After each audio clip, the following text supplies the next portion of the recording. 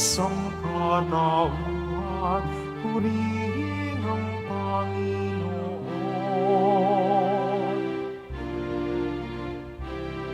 Papuri sa kaitaasan, siya'y papurihan, Diyos ng lahat o papuri sa kaitaasan, siya'y papurihan, ngayon at magpakailanman. Sa ngalan ng Ama at ng Anak at ng Espiritu Santo, Amen. ang pagpapala ng ating Panginoong Kristo, ang pag-ibig ng Diyos Ama, at ang pakikipagkaisa ng Espiritu Santo naway sumainyong lahat. At sumaiyo rin. Aminin muna natin mga kapatid ang ating mga kasalanan upang tayo maging marapat gumanap sa banal na pagdiriwang.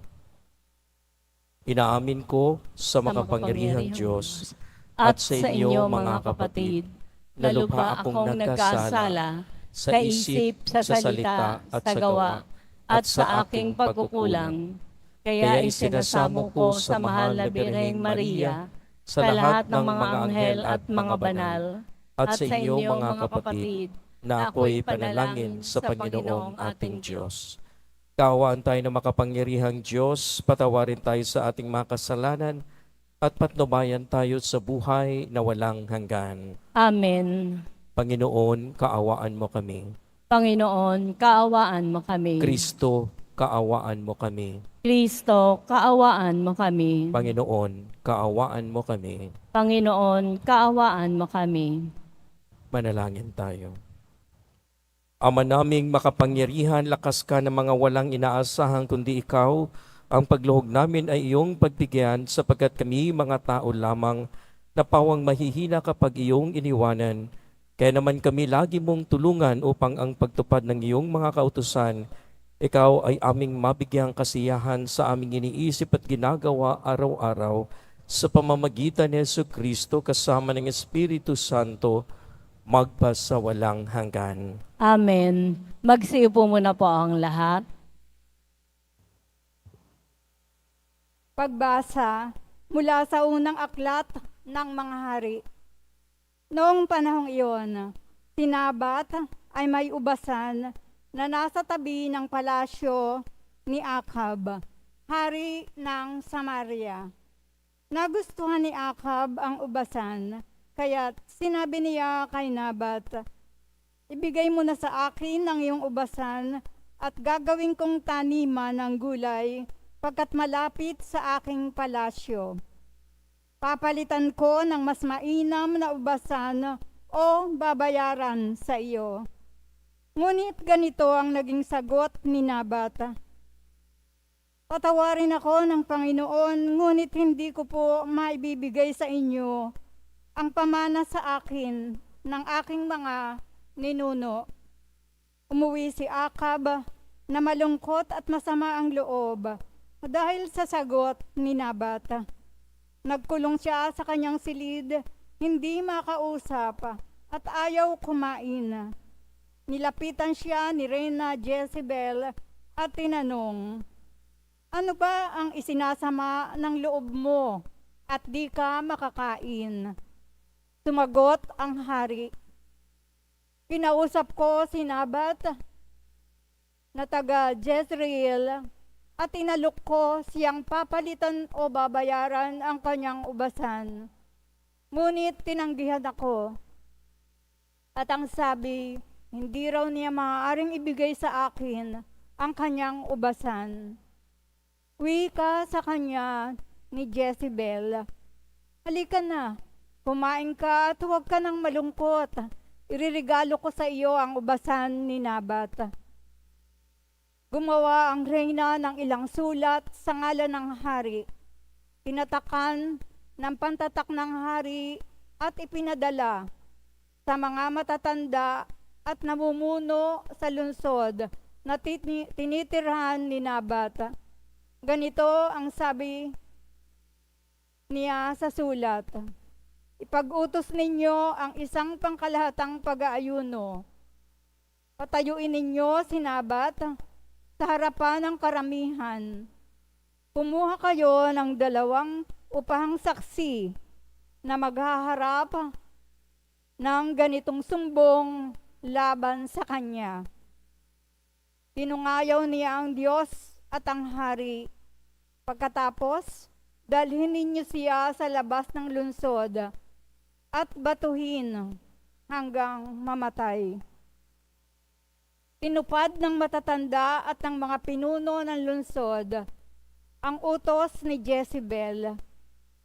Pinag-utos nila ang isang pangkalahatang pag-aayuno at iniharap sa madla si Nabat.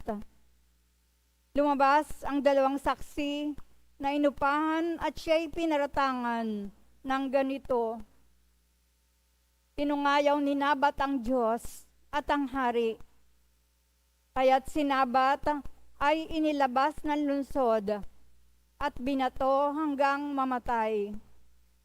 Nagpasabi agad sila kay Jezebel, patay na po si Nabat na taga Jezreel. Pagkatanggap ng gayong balita, nagpunta si Jezebel kay Akab at sinabi ito, Hayan, kunin mo na ang ubasang hindi mo mabili kay Nabat. Hindi na siya makatututol. Patay na siya. Nang malaman ni Akab na patay na si Nabat, pumunta siya sa ubasan upang angkinin iyon. Ang salita ng Diyos. Salamat sa Diyos. Panginoon, ako'y dinggin, pagbigyan sa aking daing. Panginoon, ako'y dinggin, pagbigyan sa aking daing. Ako'y dinggin, poon aking Panginoon. Sana'y pakinggan mo ang aking panaghoy. Diyos ko at Hari, lingapin mo ngayon itong tumatawag at napapatulong. Panginoon, ako'y dinggin, pagbigyan sa aking daing. Ang gawang masamay, di mo kalulugdan. Ang gawaing hidway, di mo papayagan. Ang mga palalo't masasamang asal, iyong itatakwil at kasusuklaman. Panginoon, ako'y dinggin, pagbigyan sa aking daing. Parurusahan mo yaong sinungaling, pati mararahas at ang mga taksil. Panginoon, ako'y dinggin, pagbigyan sa aking daing. Magsitayo na po ang lahat.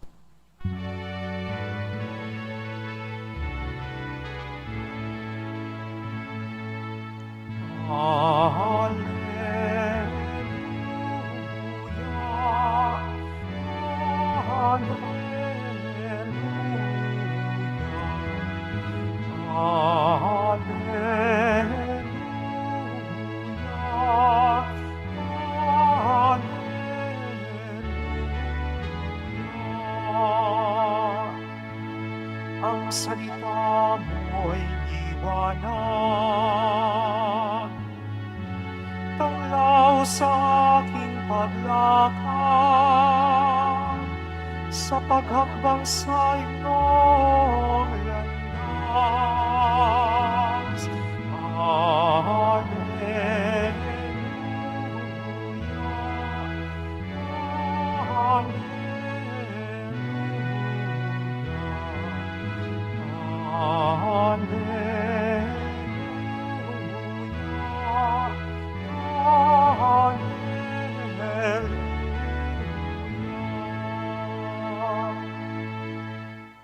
Sumainyo ang Panginoon. At sumaiyo rin. Ang mabuting balita ng Panginoon ayon kay San Mateo. Papuri sa iyo, Panginoon. Noong panahong iyon, sinabi ni Jesus sa kanyang mga alagad, narinig ninyo na sinabi, mata sa mata at ngipin sa ngipin. Ngunit ngayon sinasabi ko sa inyo, huwag ninyong labanan ang masamang tao. Kung may sumampal sa iyo at sa kanang pisngi, iharap mo pa sa kanya ang kabila. Kung ipagsakdal ka nino man upang makuha ang iyong baro, ibigay mo na sa kanya pati ang iyong balabal. Kung sapilitang ipapasan sa iyo ng manlulupig ang kanyang dala ng 1 kilometro, pasanin mo ito ng 2 kilometro. Magbigay ka sa mga nanghihingi sa iyo at huwag mong pahindian ang nanghihiram sa iyo. Ang mabuting balita ng Panginoon. Pinupuri ka namin, Panginoong Heso Kristo. Magsiupo muna po ang lahat. Unang reaksyon po siguro natin sa mga turong ito ng ating Panginoon Kristo, mahirap. Mahirap ang ganong turo o patakaran ng ating Panginoon Kristo. Biruin mong sinampal ka na, ibibigay mo pa ang kabila. But this by nature, talagang pag nasaktan mo, ang isang nature, maging ang hayop, ay talagang babalikwas ito at gaganti. Maging siguro ang ibang mga puno, pag ating pinuputol, marahil hindi lang natin makikitang malaliman na kung paano sila gumaganti. Pero merong mga pangyayari na ito'y mga ganti na pag sila'y nasaktan, gumaganti din. Ika nga, God always forgive. Man sometimes forgive, but nature never forgives. Ibig sabihin, pag sinira mo ang kalikasan, gaganti sa iyo yan. Alam natin po yun. Pag nasaktan mo ang tao, minsan napapatawad ka. And of course, ang Diyos, lagi kang patatawarin. But nature never forgives. Kaya nga po, merong turo ang ating Panginoon Kristo, maging sa ating pagkatao. Tayo po ay pinamumula, tinuturuan niya tayo sa ating mga untamed, yung hindi napapangalaga ang mga kaugalian, itinuturo niya sa atin at nilalagay sa maayos upang maganda ang ating pakikitungo sa kapwa at pakikitungo maging sa ating kalikasan. Dahil natural sa mga tao na pag nag-agrabyado ay talagang gumaganti. An eye for an eye, a tooth for a tooth. Kung ginawa po nila itong batas, meron po itong diwa. Ibig sabihin, mas maganda na lang yung ganon. Pag ikaw'y nabulag ng dahil sa nakaaway mo, buti na lang yung mata, kaysa papatayin mo siya. O di kaya naman kung nabasag mo ang kanyang ngipin, buti na lang yung matanggal sa kasuntok mo ang isang ngipin kaysa sa patayin mo. Ibig sabihin, that's how they manage their law. Na hindi mas malaki ang damage. Na meron din kahit papaano to limit the acts of revenge. Kung hanggang dyan lang. Otherwise, maririnig din po natin, kinuha niya ang isang pamilya, ubusan ng lahi. Mas grabe ang disaster. So buti na lang ng ganon. Kung kaya nga sa mga tagasunod ng ating Panginoon Kristo, tayo po ay kanyang tinuturuan ng mabuting asal at pakikitungo sa kapwa. Ibig sabihin, ng unin niyang sinasabi, pag sinampal ka sa kaliwa, ibigay mo ang kanan. Pag sinampal ka sa kaliwa ito, of course masakit. Pero ang gusto ng ating Panginoon Kristo, dahil pagbaliktad naman, pag sa kanan, pag nasampal ka, wala na masyadong puwersa. Ibig sabihin, ipapamukha mo sa nagsampal sa iyo. Bakit mo nagawa? Na hindi na ba natin pwedeng mapag-usapan?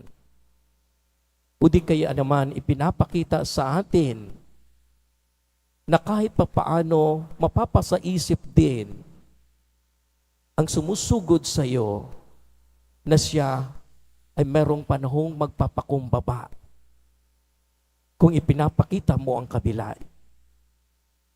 At ikaw naman, nang sinugod, mapapakalma ka. Ibig sabihin, there is a gap, there is a distance that we can think of Because many times we tend to react. Nagiging reactive po tayo rather than reflective. Madalas po ang ating reaksyon, wala na po tayong reflection. Kaya sa bandang huli, masasabi natin tapos nating nagawa, malaking pagkakamali ko. Pero tapos na, nangyari na. Kung ikaw man ay nakapatay, o may nasaktan ka, huli na, tapos na. Because the tendency is you become a reactive rather than reflective. Sisters and brothers, pinapakita po sa atin ng ating Panginoon Kristo sa kabila ng ibang mga nilikha ng Diyos, mga hayop kung natural sa kanila ang gumanti, mas advanced pa po tayo doon. Hindi naman natin sila mapapatayan physical at lang lakas. Sinong makakatapat ng elepante sa kanyang lakas at ng tao? Wala. Pero nalalagpasan natin sila dahil meron tayong isip at meron tayong puso. And this is how Jesus Christ teaches us. Tinuturuan tayo, pinuporma tayo ng ating pagiging tao sa pamamagitan mismo ng papakita ng kanyang pagkatao.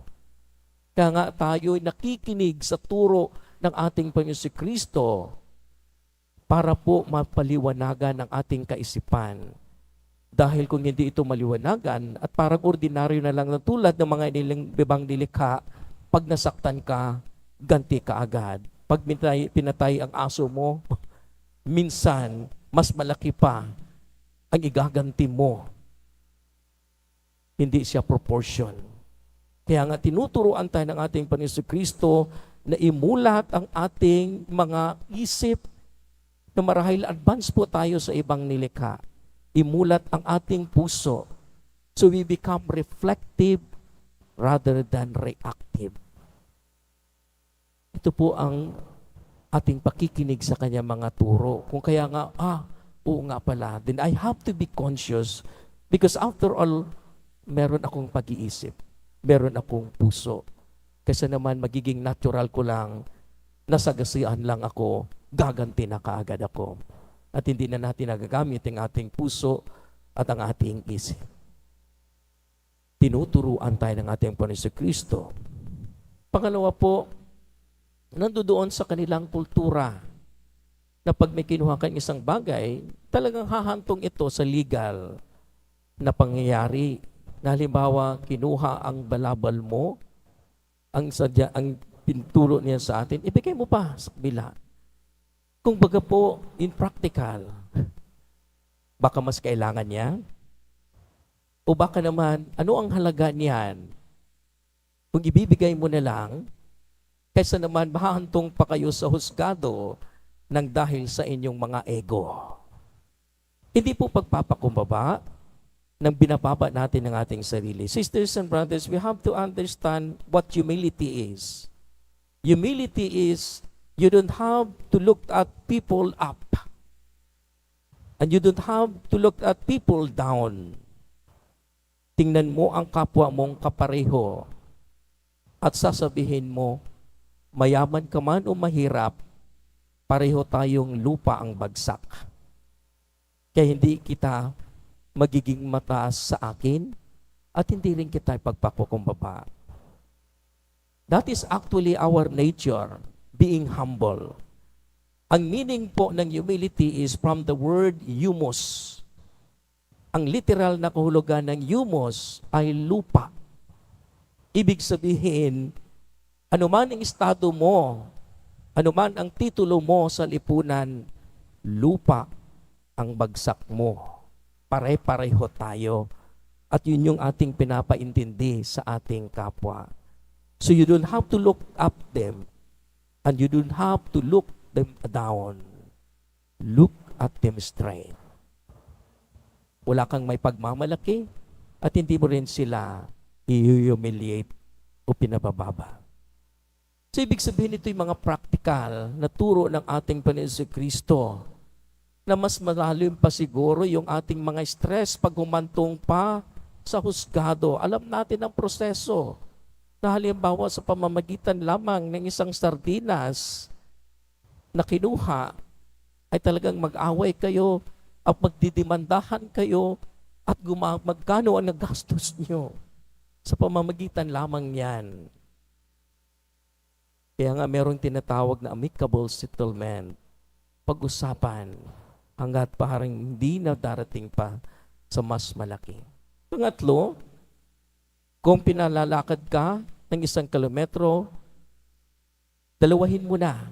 Because that was their culture. Na ibig sabihin, pag sila'y nasasakop o sinasakop sila ng mga Romano, nandoon sa kanila, na kung ito yung mga utos na ito sa paglalakad, magbibigay silang 1 kilometro, kailangan gawin mo yon. Di po ba't matatandaan ninyo si Simon Cyrene, yung tumulong sa pagdala ng cross ng ating Panginoon Kristo, bigla na lang siyang hinatak, tulungan mo yan.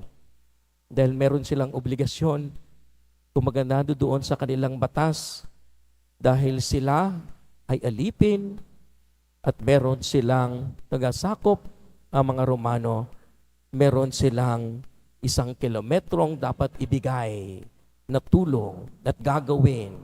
Kung kaya nga't hinugot si Simon Cyrene at tinulungan ng ating Panginoon Kristo. Kung kaya't ang ating Panginoon Kristo ay nag-ukyot sa atin na nagturo, kung pinapalakad ka ng 1 kilometro, dublihin mo. Mga kapatid, hindi po ito pagtuturo ng ating Panginoon Kristo na tayo po ay susunod na lamang sa mga katiwalian. Ipinamumukha na sa atin ng ating Panginoon Kristo na kahit pa man ng isang taong gumagawa sa iyo ng kasalanan, meron pa rin tayong responsibilidad na sila'y tulungan at turuan. Because after all, we are just the same God's creation. We are just the same humanity created by God. Ika nga, pag merong isang taong gumagawa ng kasamaan, pag ikaw ay naging responsable at sinabihan mo siya na hindi dapat niyang gagawin ito, pag mapunta man siya sa impyerno, hindi ka kasama. Dahil ginawa mo na ang iyong responsibilidad na siya ay mapagsabihan at tinuruan. Pero pag yung isang taong makasalanan, dahil alam mong wala kang ginagawa at hindi ka nakikialam, ika nga, kung mapunta siya sa impyerno, kasama ka. Ibig sabihin po, bawat isa sa atin, hindi man natin alam, meron tayong kakulangan sa ating kapwa that we have to take responsible. Bilang isang Kristiyano, atin itong lalagpasan kung ano mang responsibilidad. At marami po sa atin ang walang ganitong kaisipan sa kabila ng mga turo ng ating Panginoon Kristo. Kadalas ang kaisipan, basta wala lang akong maapakan, wala akong pakialam sa kanila. This is not a Christian dynamics. They're still selfish. But our Christian dynamics is, like Jesus Christ is our model of our humanity. Ika nga, kung hindi ibinigay sa atin ng Panginoon ang kanyang buhay at tayo tinupos, wala din tayo. Kung siya'y nagmamakasarili, tinatawag tayong tagasunod o Kristiyano ng ating Panginoon Kristo, then we have also to abide in His discipline. Ibig sabihin ng discipline from the word disciples.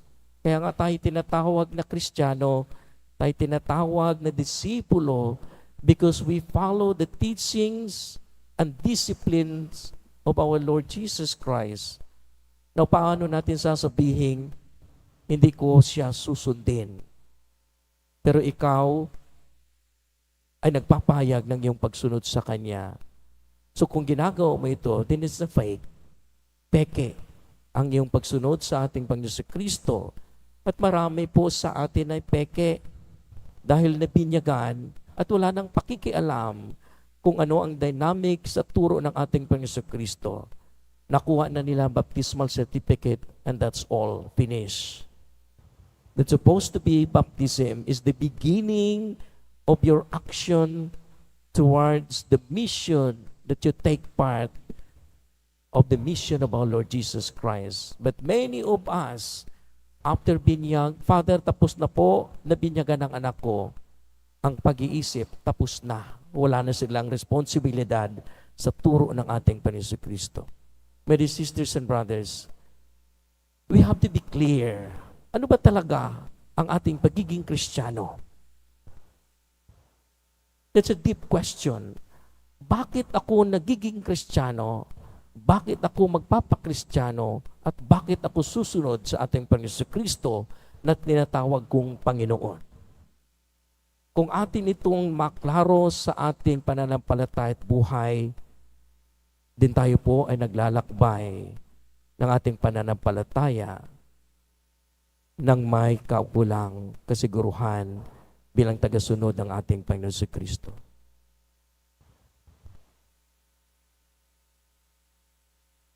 Magsitayo na po ang lahat. Mga kapatid, napakabuti sa atin ang ating pagmamahal sa Ama. Manalangin tayo sa Kanyang mahabaging pag-ibig na nagbunsod ng ating mabuting pakikitungo sa ating kapwa. Ang ating itutugon sa bawat kailingan, Ama, gawin mo kaming ganap sa iyong pag-ibig.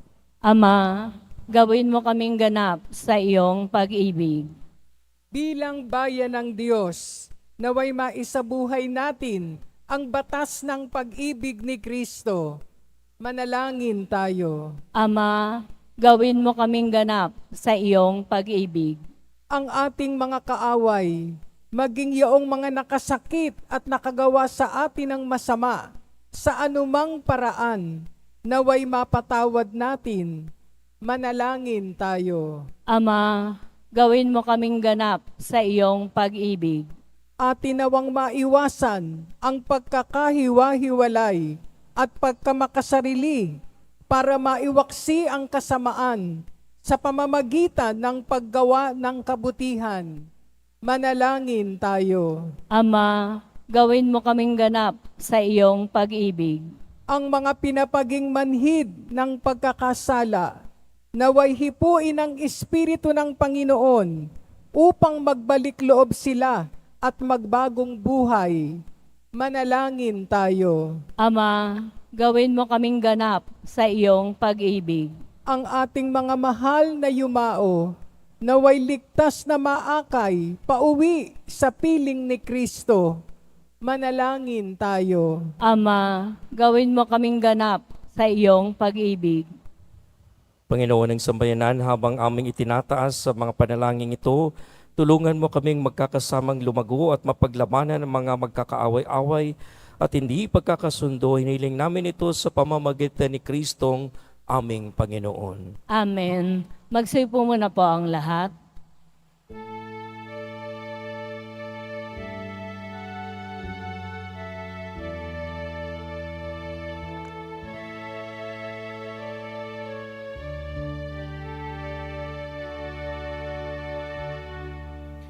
Aming alay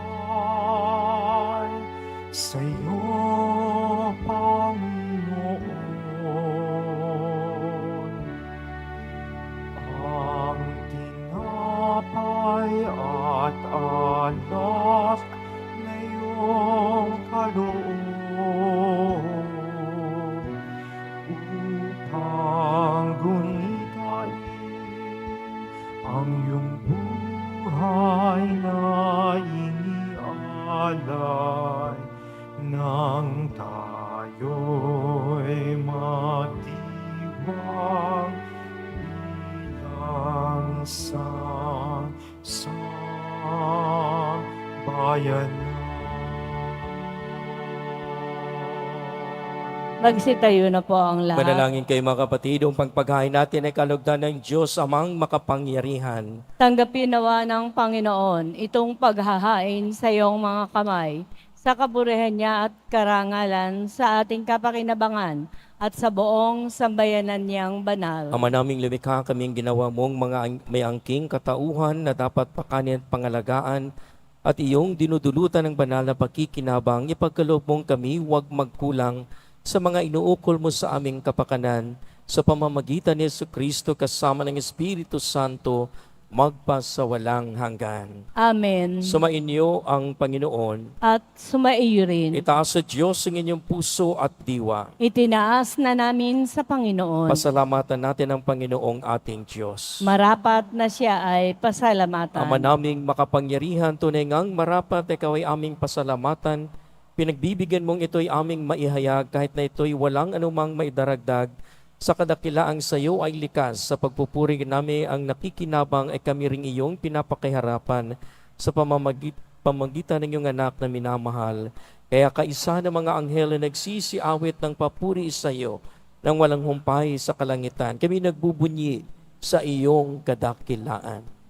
Santo, Santo, Santo, Panginoong Diyos ng mga hukbo, napupuno ang langit at lupa ng kadakilaan mo. O sana sa kaitaasan, pinagpala ang naparirito sa ngalan ng Panginoon. O sana sa kaitaasan, magsilod Naming po ang banal, lahat. ikaw ang bukal ng tanang kabanalan, kaya't sa pamamagitan ng iyong Espiritu gawin mong banal ang mga kaloob na ito upang para sa amin magiging katawan at dugo ng aming Panginoong Jesucristo. Bago niya pinagtiis ang kusang loob na maging handog, hinawakan niya ang tinapay, pinasalamatan kanya. Pinaghati-hati niyo na tinabot sa kanyang mga lagad at sinabi, tanggapin ninyong lahat ito at kanin, ito ang aking katawan ihahandog para sa inyo.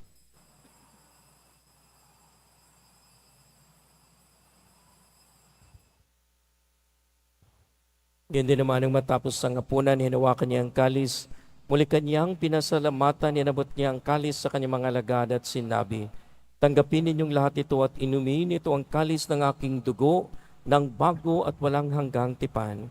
Ang aking dugo na ibubuhos para sa inyo at para sa lahat, sa ikapagpapatawad ng mga kasalanan, gawin ninyo ito sa pag-alaala sa akin.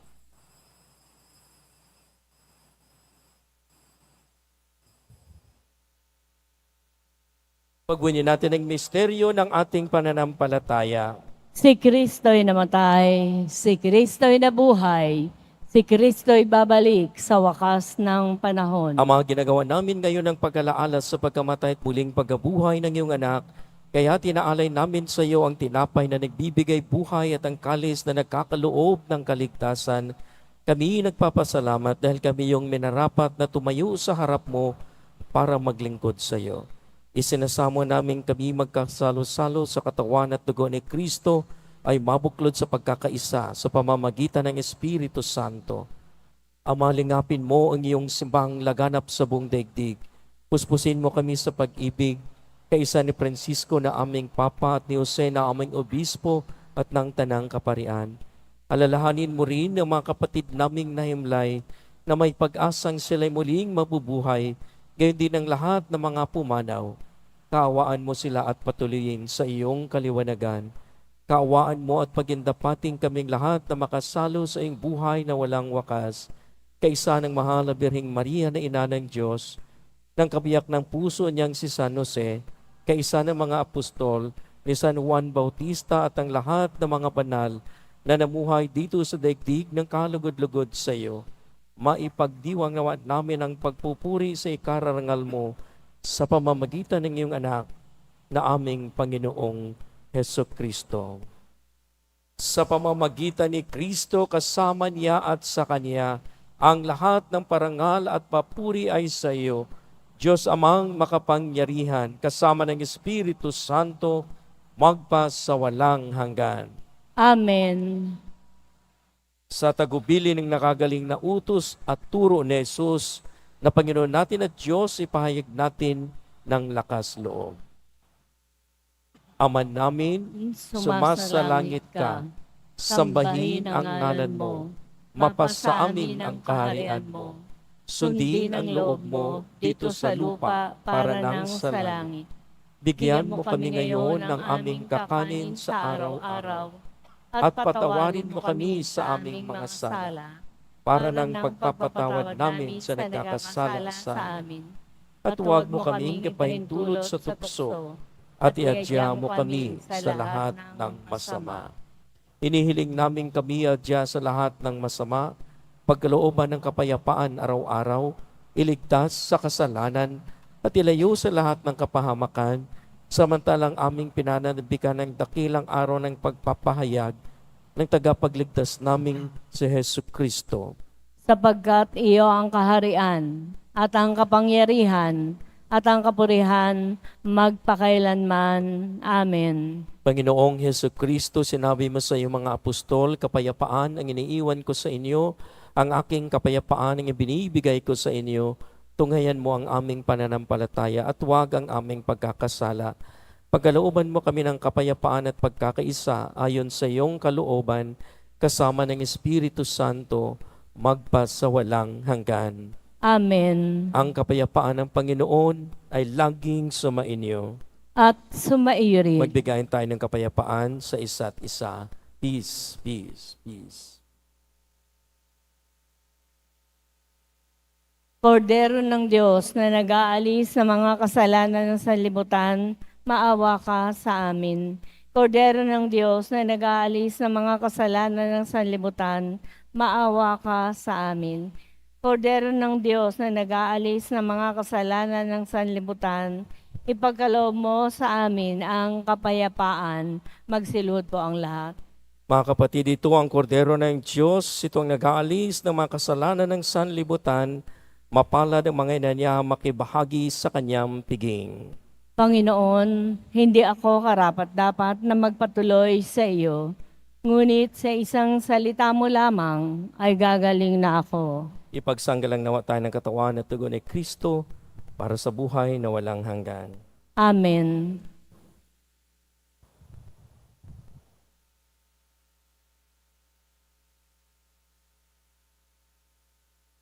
Para po sa lahat ng tatanggap ng banal na komunyon, sasagot po tayo ng amen. Pagkasabi po ng pare o ng lay ministers ng katawan ni Kristo at isubo po agad sa bibig bago umalis sa harapan ng pare o ng lay ministers. Sumunod po tayo at maraming salamat po.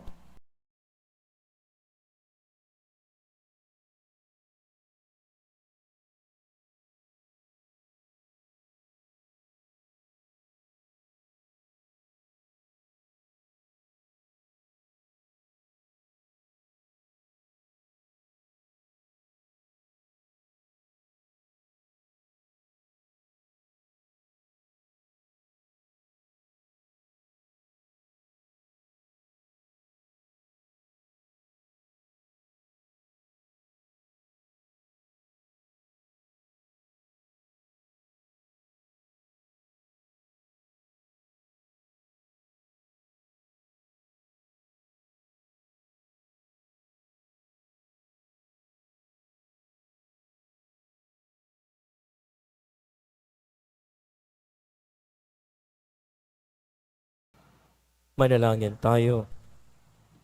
Ama naming mapagmahal, ang pinagsaluhan naming banal na pagkikinabang na nagpapahiwatig na inyong pakikiisa sa tanang naritong nakikipagdiwang ay magdulot nawa ng pagkakaisa sa iyong sambayanan sa pamamagitan ni Hesu Kristo kasama ng Espiritu Santo magpas sa walang hanggan. Amen. Sumainyo ang Panginoon. At sumaiyo rin. Mahal na pong Jesus Nazareno, inihayag mo sa pamamagitan ng krus ang walang malyo na pag-ibig ng Diyos sa sangkatauhan. Pakinggan mo ang kahilingan ng iyong angkan na nagsusumamo sa iyo. Makamtanawan nila ang iyong katugunan at tanggapin ang kasagutan ng may utang na loob na tinatanaw. Basbasan din po ninyo ang mga dala-dala nilang mga imahin at dasalan sa pamamagitan ng bendisyon na ito. Naway maalala nila ang mga pangako nila noon sa binyag na ikaw ang kanilang iibigan at paglilingkuran bilang Panginoon magpas sa walang hanggan. Amen. At pagpalain kayo na makapangyarihang Diyos, Ama, Anak, at ng Espiritu Santo. Amen. Humayo kayong taglay ang kapayapaan ng Poong Jesus Nazareno. Salamat sa Diyos.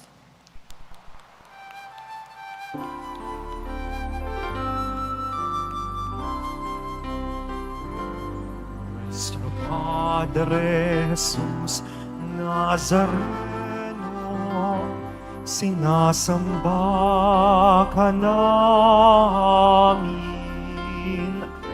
pinipintuho ka namin, para mo ang